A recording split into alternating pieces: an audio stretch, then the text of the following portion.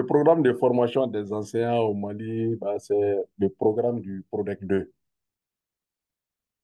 Le PRODEC 2, c'est le programme décennal de développement de l'éducation qui vise à assurer le droit des citoyens à une éducation et formation de qualité à travers un système éducatif inclusif, mieux adapté, cohérent et fonctionnel. Donc, ce programme également est soutenu par le ministère de l'Éducation nationale, donc mis à la disposition des différents formateurs dans les différentes écoles du primaire. Donc, tous, nous suivons le même programme dans toutes les écoles, que ce soit au niveau primaire, niveau secondaire. À chaque niveau, il y a un programme spécifique. La formation des enseignants, ça peut aller de 2 à 4 ans. Les enseignants sont formés pendant 2 à 4 ans pour revenir maintenant enseigner ce qui leur a été instruit. Parce qu'il y a deux types d'enseignants. Il y a le niveau DF et il y a le niveau bac. Les niveaux DF, ils font 4 ans en formation et les niveaux bac font 2 ans avant de sortir. Les critères d'admission aux écoles de formation des enseignants, c'est d'avoir c'est sur concours à tous les niveaux. Le niveau avec le diplôme d'études fondamentales, l'accès dans les instituts de formation des maîtres, des enseignants, conditionné à un concours. Tu fais un concours d'entrée. Même au niveau, avec le niveau bac également, c'est sur concours. Il n'y a pas d'inégalité. Non, non, l'accès est possible pour tout le monde. L'essentiel, c'est d'être détenteur du diplôme comment dire, du diplôme demandé. Quand tu as le diplôme d'études fondamentales, tu peux postuler au concours d'entrée. Quand tu as le diplôme du baccalauréat également, tu peux postuler au concours d'entrée. Que tu sois garçon, fille, même en position d'handicap, ça ne pose aucun problème.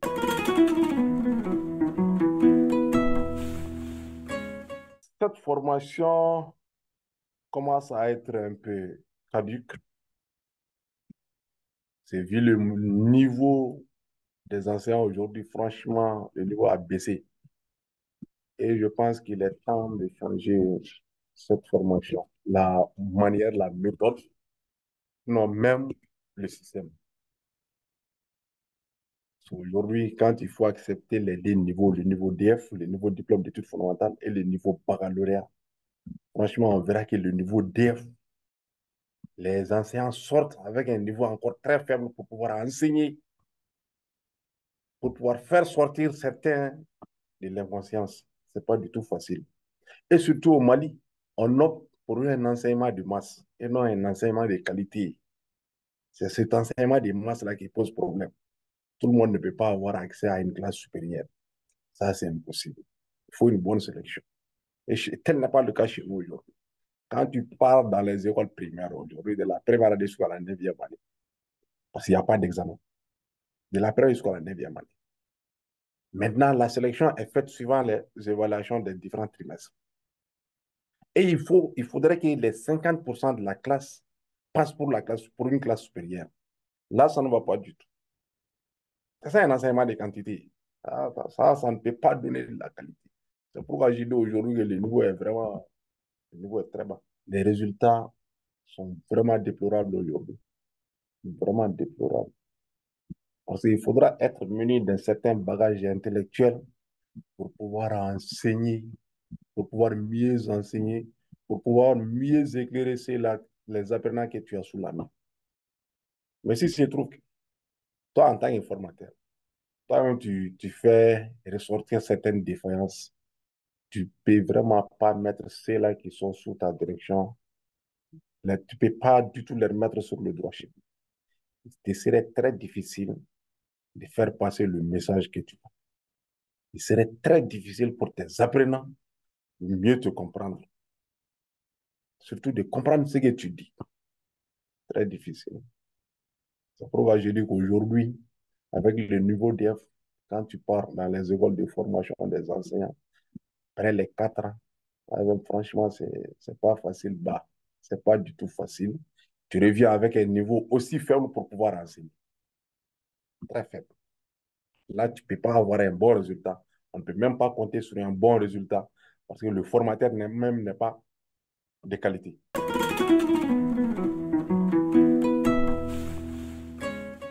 Il y en a, mais c'est très peu. C'est pas du tout. On n'a pas accès à ces formations continues-là pour pouvoir être bien recyclé. Franchement, sinon, si les anciens recevaient chaque année des formations de recyclage, là, on allait pouvoir remédier aux problèmes qui s'y trouvent actuellement. Mais très peu d'enseignants sont formés pendant l'année scolaire. Très peu d'enseignants sont formés. Sinon, normalement, si la formation continue voyait le jour, les enseignants allaient être à mesure de remédier à leurs problèmes. Le bas niveau qui est là, on allait trouver une solution. Mais franchement, les ateliers de recyclage se font très rarement, très rare. Les enseignants ne sont vraiment pas recyclés, hein. C'est là le problème. Après ta sortie de l'école de formation, tu peux faire 2, 3 ans en exerçant le métier sans pouvoir bénéficier d'une formation. Et là, ça pose un sérieux problème. Là, ça pose un sérieux problème. Les enseignants se sont plaints à chaque fois. Nous-mêmes, nous avons mené beaucoup de luttes dans ce sens.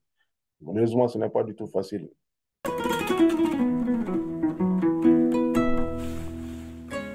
D'abord, dans les écoles de formation. Aujourd'hui, l'accès aux écoles de formation, c'est ce concours.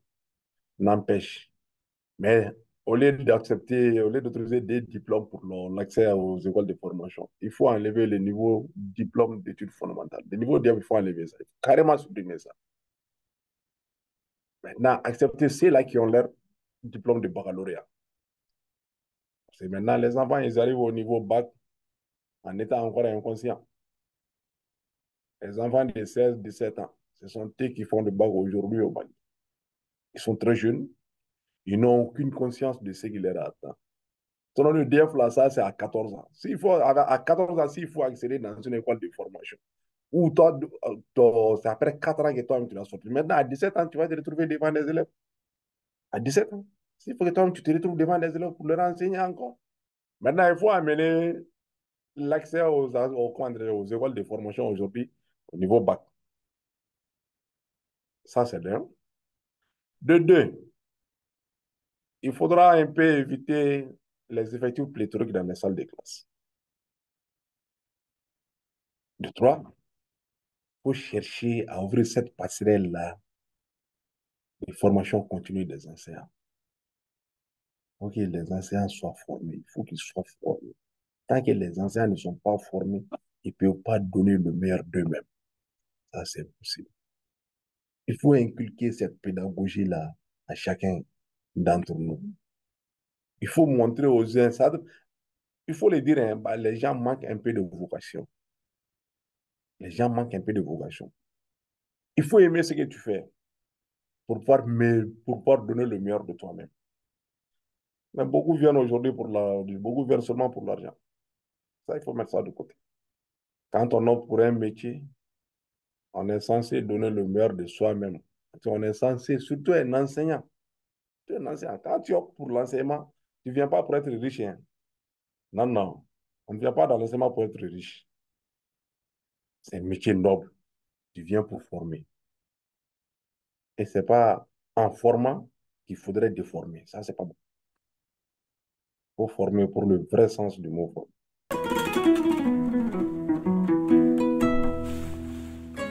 En tant qu'enseignant, nos conditions de travail ne sont vraiment pas bonnes. Elles ne sont vraiment pas bonnes.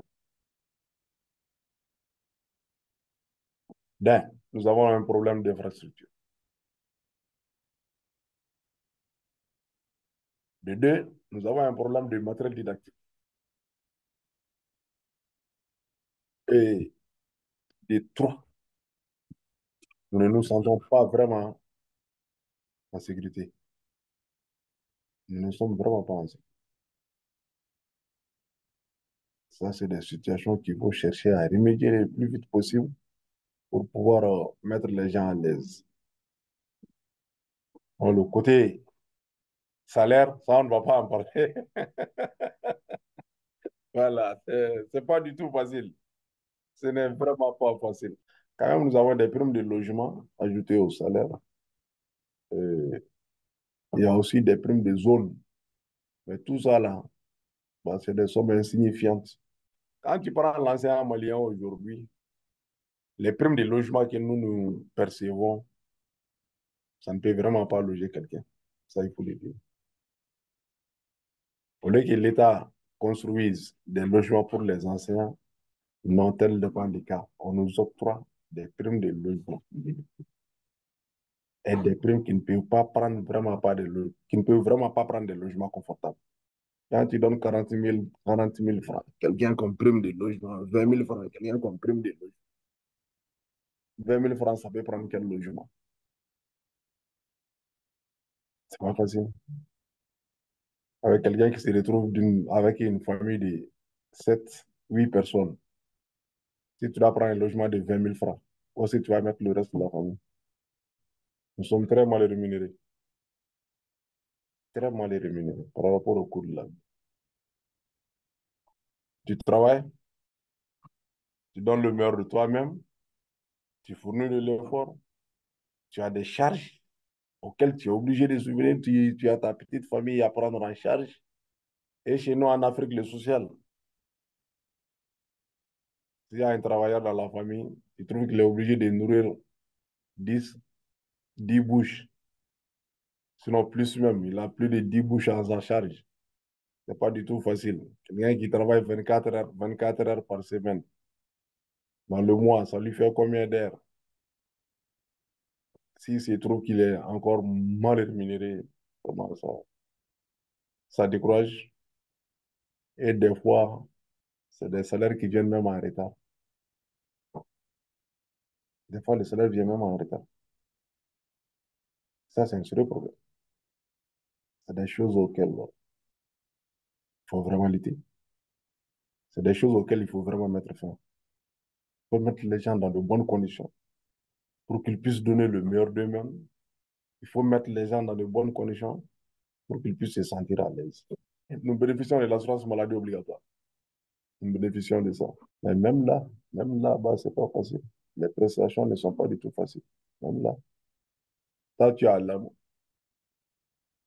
Des fois, tu pars à l'hôpital, tu utilises ta carte amour, mais l'ordonnance qu'on va te prescrire, tu trouveras qu'il y a beaucoup de produits qui ne sont pas à l'amour.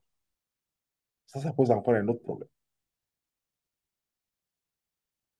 Déjà, avec l'amour, l'assurance maladie obligatoire, on s'est dit qu'on est traité gratuitement, mais tel n'est vraiment pas le cas. Tu te retrouves que des fois, il y a la moitié même de ton ordonnance qui n'est pas à l'amour, dont les produits ne sont pas là. Tu es obligé de les acheter, de payer comptant. C'est pas facile.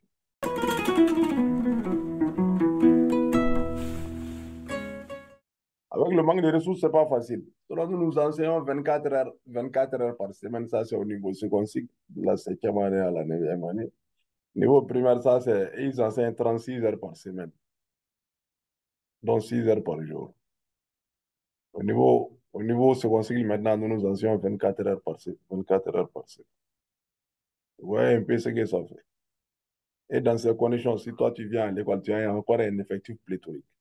Il faut que tu te retrouves avec 100 et quelques dans une seule classe. Une classe qui est censée abriter 50 élèves, 50 à 55 élèves. Toi, tu doubles même l'effectif. Voilà, la gestion devient très difficile. La compréhension devient très difficile. Il devient encore très difficile pour le maître de faire passer son message. Très, très difficile. Parce qu'au moment où certains se retrouvent concentrés, d'autres sont là à jouer d'un côté de la classe. Très difficile. C'est pourquoi nous faisons des fois recours à la double vacation. Il se trouve que dans certaines classes, l'effectif dépasse de trop. Parce qu'on est censé avoir 50 élèves dans une classe normale. Si le maître se retrouve avec 100 élèves, le travail devient déjà très difficile. Maintenant, il faut chercher à diviser la classe en deux. La classe en deux. Et le temps de travail également, tu divises ça en deux. Si la journée fait 6 heures, tu prends 4 heures le matin, tu cherches de prendre encore 4 heures le soir. Là, ça demande un double effort du maître. Un double effort du maître pour que les élèves d'une même salle de classe soient au même niveau d'évolution par rapport au programme enseigné. Ça pose un sérieux problème. Franchement, ça pose un sérieux problème au niveau de la double vocation. C'est pas du tout facile avec le temps réel d'apprentissage. La double vocation nous pose un sérieux problème et surtout que les anciens ne sont pas rémunérés avec ça. Les ressources pédagogiques ne sont vraiment pas suffisantes. Elles ne sont vraiment pas suffisantes. Et du moment où c'est en quantité insuffisante, ça ne peut plus être disponible pour tout le monde. Ça nous pose également de sérieux problèmes. Par exemple, quand tu prends un maître de biologie, un maître d'anglais, il doit travailler avec un document et les documents ne, chaque élève n'aura pas droit au document. Vraiment, ça devient très difficile. Ça devient très, très difficile de faire passer le message. Nous avons également ce grand problème. Et c'est un sérieux problème d'ailleurs. C'est l'État aujourd'hui, c'est, n'est vraiment pas en mesure de doter les écoles des choses pédagogiques. Donc, c'est pourquoi nous sommes obligés de nous baser tout le temps sur les parents d'élèves en leur demandant d'acheter le matériel pour leurs enfants.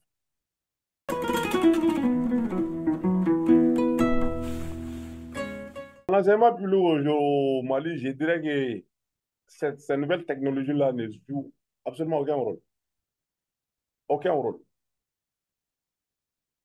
D'un, ces nouvelles technologies sont d'ailleurs négatives pour nous. Parce que toutes les conditions ne sont pas réunies pour que nous puissions les utiliser. Et afin qu'elles soient profitables aux apprenants. Les conditions ne sont vraiment pas réunies. Aujourd'hui, en tant qu'enseignant, tu peux préparer tes leçons avec ces téléphones à la maison. Mais une fois en classe, quand tu demandes aux enfants, quand tu demandes aux apprenants d'utiliser ces nouvelles technologies, ça devient un problème. Parce qu'au lieu de rester concentrés sur le cours, et ils vont fouiller ailleurs. Donc, ce n'est pas du tout facile. D'ailleurs, ça joue, chez nous pour le moment, ça joue sur leur éducation. Parce qu'ils n'arrivent pas à se concentrer par rapport aux leçons qui leur sont enseignées.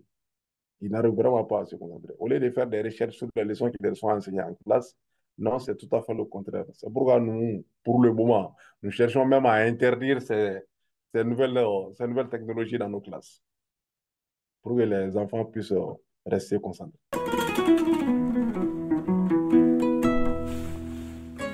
L'agent sécuritaire aujourd'hui au Mali fait vraiment mal à la population, pas seulement aux enseignants, ça fait vraiment mal à la population. Quand tu quittes, il y a de ces zones, aujourd'hui, non, la totalité des écoles sont fermées. Toutes les écoles se retrouvent fermées. Les enseignants se retrouvent à la maison, sans boulot. Les enfants, ils seront obligés d'évacuer à autre chose. Les parents d'élèves sont obligés de diriger maintenant encore leurs enfants vers autre chose. C'est pourquoi ça pose un sérieux problème aujourd'hui. Il y a certaines zones dans lesquelles les écoles n'étant pas encore fermées, mais la sécurité n'y est pas. Les enseignants, ils s'efforcent à aller enseigner, mais avec toutes les peurs au ventre. Avec toutes les peurs. Toi, tu es en classe, tu entends des coups de fusil. Tu es en classe, tu reçois des menaces en longueur de journée. À chaque fois que tu te couches, tu te poses la question, mais tu pries Dieu que le lendemain te trouve en vie. Mais malgré tout ça, les enseignants se donnent le courage d'aller enseigner quand même. Sachant bien que ce n'est pas du tout facile. Mais vraiment pas facile. Ça fait des victimes. Beaucoup d'enseignants en ont perdu la vie. Beaucoup d'apprenants aussi en ont perdu la vie. Et jusqu'ici, nous avons des enseignants enlevés. Jusqu'au moment où je te parle, les enseignants sont enlevés. Et nous ignorons là où ils sont.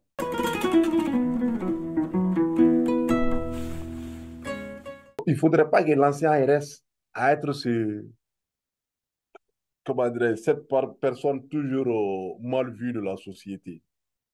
Pour la petite histoire, il était très difficile pour les enseignants de se faire des femmes. Très difficile. Donc, avoir une femme à marier, c'était un problème. Parce que non seulement, ils étaient considérés comme les grands pauvres et les mal payés. Ils pouvaient faire 3, 4, 5, 6 mois sans salaire, 7 mois sans salaire. Et quand ils devaient recevoir quelque chose, on venait leur payer peut-être 1 ou 2 mois sur 7 mois. Alors, quand nous, on arrivait encore, c'était pitoyable. Nous avons lutté. Nous avons opté pour un changement des conditions de vie. Nous sommes parvenus à le faire. Nous avons demandé des primes auxquelles nous avions encore droit. Nous avons forcé l'État, forcé, là, je l'ai dit. Nous avons forcé l'État à nous mettre dans nos droits. Forcer l'État à nous mettre dans nos droits. Et jusque-là, nous ne sommes pas dans tous nos droits, hein. Jusque-là. Malgré que la population dit que nous sommes dans de bonnes conditions et que nous continuons à lutter. Non, non, ça c'est une très mauvaise appréciation de la chose.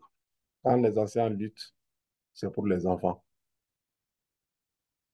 Quand les anciens luttent, c'est pour les enfants. Parce qu'il faudrait que l'ancien se sente à l'aise chez lui pour pouvoir mieux enseigner en classe.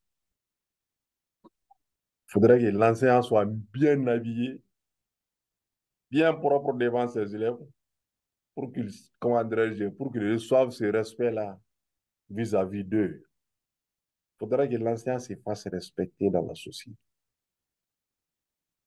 C'est pourquoi nous avons sollicité que nos conditions soient bonnes et qu'on aille un peu à la révision des différents textes par-ci et par-là. Nous avons poussé l'État à le faire. Nous sommes allés à ces différentes révisions. Nous avons pu bénéficier de quelques droits, nous avons pu avoir quelques augmentations et jusque-là qui ne sont pas arrivés à terme.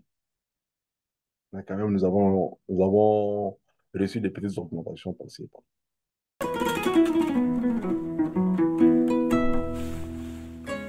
Alors, nous sollicitons la sécurisation des écoles. Il faudrait que les enseignants d'abord se sentent en sécurité. Quand les enseignants sont sécurisés, obligatoirement les apprenants seront sécurisés. Et il faut chercher à sécuriser les pays pour que ces écoles-là qui restent fermées depuis longtemps, que les apprenants de ces écoles-là reprennent le chemin de l'école. Franchement, ça, c'est des choses qui vont vraiment nous faire plaisir. Quand l'État parviendra à sécuriser un peu les localités qui sont aujourd'hui dans les zones rouges. Tu prends tout de suite la région de Koulikoro. Parce qu'il y a certaines zones où les anciens ne peuvent pas aller. Tu prends Ségou, tu vas à l'Interfleuve, c'est des problèmes. Beaucoup d'écoles sont fermées. Pas facile. Il faudrait que l'État parvienne à sécuriser ces localités-là afin que les anciens puissent reprendre le chemin de l'école et que les enfants se retrouvent en place. Il faudrait vraiment sécuriser les écoles, où que ce soit. Où que ce soit. Et dans nos écoles aussi, les conditions ne sont pas du tout bonnes. Parce que dans chaque école publique, il doit y avoir une infirmerie. Il n'y en a pas. Il n'y en a pas. Tu tombes malade, tu es obligé d'aller dans un hôpital, soit dans un CSCOM proche. Alors que les premiers soins doivent se faire à l'école même, afin que tu ne sortes. Il n'y en a pas. Ça, c'est des choses c'est des choses que l'État doit vraiment sur lesquelles l'État doit se focaliser, afin que les enfants se sentent en sécurité.